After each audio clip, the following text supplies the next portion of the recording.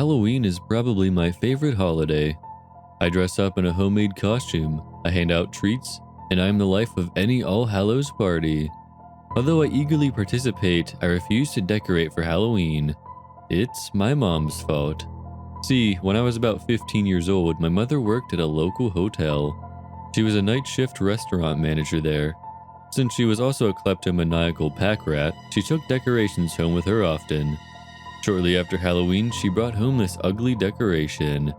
It was a plastic skeleton dressed in a top hat and tails. The skeleton was about the size of a 3-year-old child. It was painted a dim ivory, the color of old bones. She shoved the ugly thing in my face. Isn't it the greatest? Come closer and check it out, Mom said excitedly. When I got closer, I shrieked as the stupid thing spoke. Well, to be more accurate, it screamed at me, with glowing redness in its empty eye sockets. Boo! Happy Halloween! Turned out the skeleton had a battery pack in it that powered 2 red LEDs and a speaker hidden in its skull. Real funny, Mom. Scare your kid out of 10 years of her life. I asked her to take the batteries out of the pack. She did so, snickering at her joke, and placed the skeleton in a display alcove directly across from our front door. As the months passed, she dressed Mr. Bones, yes, she named the stupid thing, in different accessories for the holidays. Indian headband on its top hat for Thanksgiving, a fake white beard for Christmas, a glittery bow tie for New Year's. At random, she would put the batteries in again to give me a scare when I got home from school. Mom, take the batteries out again. I didn't put them back in, honey. She was laughing as she said it, which gave proof to her lie. I hated her pranks. My mom left me home alone a lot at night. It came with her job as a night manager. I dealt with it by playing video games or reading as late as I wanted and eating junk food I'd hidden in my room. That didn't always help though, as sometimes I got this feeling. I would say it was just paranoia, but anyone who's experienced it would never say just paranoia.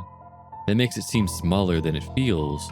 Your mouth goes dry, and no amount of drink makes it feel better. Your stomach keeps doing this strange roll to the side. Your breath becomes shorter, and all you can think about is how stupidly easy it would be for someone to get into your place and make short, bloody, violent use of you. I decided to take the batteries out of Mr. Bones once and for all during one of these fits.